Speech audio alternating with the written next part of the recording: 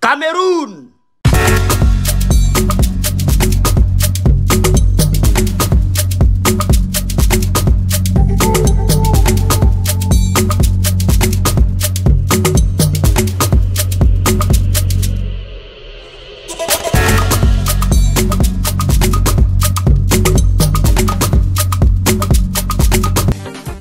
Sénégal.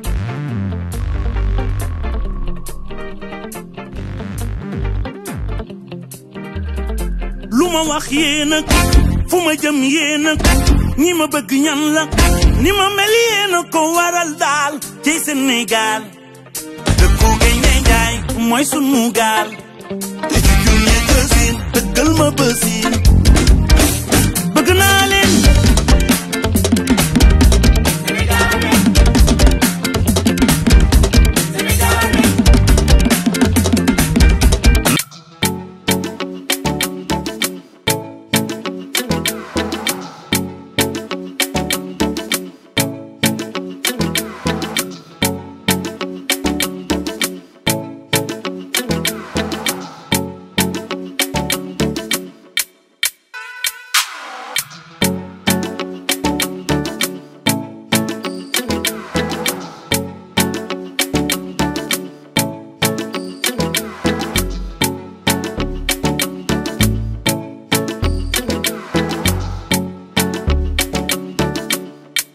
Congo Kinshasa.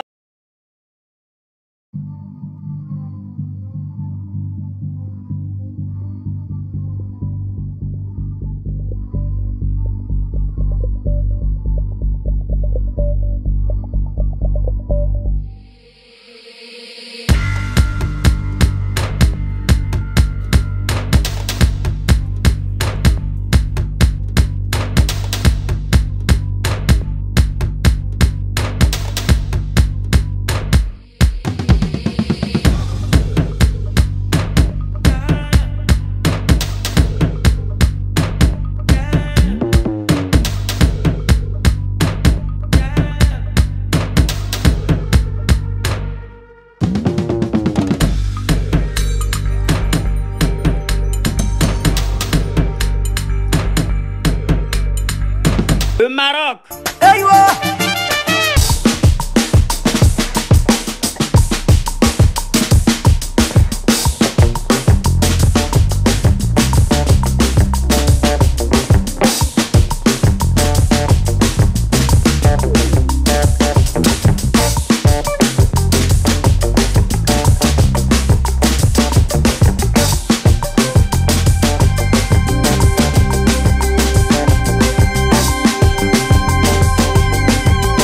La Côte d'Ivoire.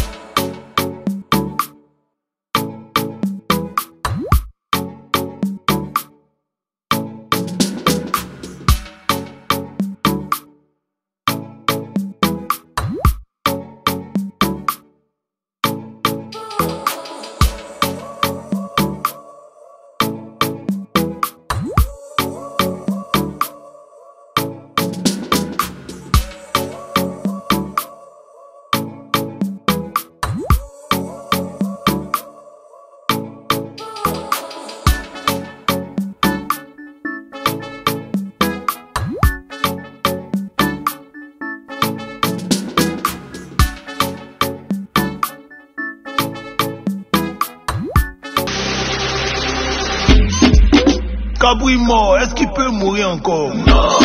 On est assis par terre, est-ce qu'on peut tomber encore? Non. Hey, Kabouille mort, est-ce qu'il peut mourir encore? Non. On est assis. Regardez, une histoire rocambolesque. Le match au Mali-Tunisie a été sifflé sans temps additionnel. Je vous explique. Au début, le match, à la 85e minute, le match a été sifflé. L'arbitre a sifflé la fin. Il a regardé sa montre. Il s'est dit, mais ma montre est peut-être mal réglée. Vous pouvez voir, hein, vous assistez même à la discussion en direct. Regardez, il y a encore des discussions qui sont en cours. Et les gens se demandent, faut-il rejouer le match? Alors, je reviens sur mes propos. L'arbitre a sifflé le match à la 85e minute. Vous savez qu'un match, ça dure 90 minutes. Alors l'arbitre s'est rendu compte de son erreur. On reprend le match. Il décide de reprendre le match après quelques secondes de pause. C'est bon, Kwame? Oui, merci, c'est mon assistant. Quelques minutes de reprise après, il y a un joueur malien qui prend un carton rouge. Après le carton rouge, à la 89e minute, 55e seconde, il décide de mettre fin définitivement cette fois-ci au match Tunisie-Mali. À la surprise des Tunisiens et des Maliens, il n'y a pas eu de temps additionnel. Ce qui arrive pour une première fois dans l'histoire des championnats de renommée internationale. Et cette affaire arrive en Afrique. Sous le choc des supporters, plus de 10 millions de supporters tunisiens décident de crier au scandale.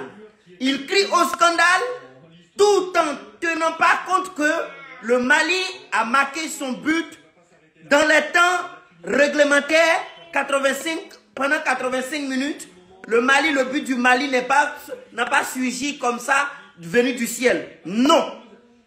Et on reconnaît que après spéculation, et l'arbitre principal a été reconnu alcoolique. Il a été testé positif à l'alcool. Et comme il a été testé positif à l'alcool, ayant suspendu le match à la 89e minute, parce que quand on siffle la fin d'un match à la 89e minute, c'est une suspension. Ce n'est pas une fin de match. Ils sont allés dans les coulisses pendant que le coach malien était en train de faire une conférence de presse annonçant au peuple mali qui souffre que le match est fini, mais ce match est fini avec une victoire du peuple mali. On rappelle le coach malien pour dire revenez sur le terrain. Voilà, je vous laisse assister en direct. Je vous laisse assister en direct aux spéculations qu'il y a eu lieu. Effectivement, je vais vous expliquer les images. Voilà les Tunisiens qui sont choqués. Voilà, ils essaient d'empêcher l'arbitre bourré de reprendre le match parce qu'il n'y a pas eu de temps additionnel. Maintenant, sachant qu'il y a de temps additionnel ou pas, la Tunisie était déjà battue par 1-0. Aujourd'hui, la Tunisie n'accepte pas cette fin de match à quelques secondes de fin juste parce que la Tunisie est battue. Alors, un football, n'est-ce pas qu'il se joue pendant 90 minutes et plus? Bien sûr, le football se joue pendant 90 minutes et plus. Alors, c'est pour ça que j'étais en train de vous débriefer cette situation. Bien sûr, si j'étais aux côtés des Tunisiens, j'aurais crié injustice. Si j'étais aux côtés des Maliens, j'aurais crié les affaires, c'est les affaires. Mes amis, j'espère que vous avez compris. Voilà ce qui s'est passé. Coup de théâtre, coup de comédie. L'alcool, ce n'est pas de l'eau. L'arbitre qui a arbitré le match Tunisie-Mali était bourré. Et aujourd'hui, nous allons subir des actes de racisme comme d'habitude. Parce que le pauvre arbitre, malheureusement, il est noir. Et vous allez savoir que ça ne va pas être facile pour nous les 90 prochains jours, non les 30 prochains jours. Les Tunisiens ont été fermes, ils ont menacé que si cet arbitre, il revenait dans le secteur du Cameroun, ils vont lui faire quelque chose que je ne saurais expliquer en direct dans ce live. Je viens de vous débriefer le match, la CAN, c'est le foot. Il y a de tous les goûts, il y a de toutes les couleurs et il se passe plein de trucs. Je viens de vous débriefer cette situation. Si quelqu'un n'a pas compris, je lui explique en 15 secondes. Mais oui, mon assistant essaie de récupérer la caméra. Voilà, est-ce que quelqu'un n'a pas compris? Est-ce que quelqu'un a compris? Si vous avez compris, je vous en remercie. C'était votre observateur Eben en direct de la CAN CAN Cameroun 2021 au stade Djakarija Bemdiaboué. Et tout à l'heure, nous allons avoir l'opposition de l'équipe du Mali, non, de l'équipe gambienne qui sera opposée à la Mauritanie. Match qui n'est vraisemblablement pas attendu. L'équipe Mauritanie et la Gambie vont s'affronter. Personne n'attend ce match. Personne ne vous attend à aller jouer. On s'attend, on s'appelle plus tard pour se faire le point. Et après, dans les alentours de 20h GMT, nous serons en direct le match Côte d'Ivoire, Guinée équatoriale. Ce match qui est beaucoup attendu. Voilà, la Côte d'Ivoire est beaucoup attendue. La Côte d'Ivoire est un outsider. Et on espère que ce outsider reviendra dans les arènes de ce jeu par la grande porte. Parce que la Côte d'Ivoire a été éliminée de sa participation au mondial au Qatar 2022. Il ne jouerait pas. Donc la Côte d'Ivoire est passée par la petite porte. Aujourd'hui, avec beaucoup de fierté, les Ivoiriens attendent tous la Côte d'Ivoire par la grande porte. Je vous dis tous merci. À tout à l'heure pour le prochain débriefing Côte d'Ivoire, Guinée équatoriale. Le match Mauritanie-Gambie n'est pas attendu. Je ne saurais vous débriefer le match Guinée équatoriale, Gambie. Alors, à tout à l'heure les amis. Bisous, bisous. La vérité est là maintenant. Hein. Un seulement. Les petites équipes, ils ont pris le malin plaisir de venir faire des exploits sur des grandes équipes.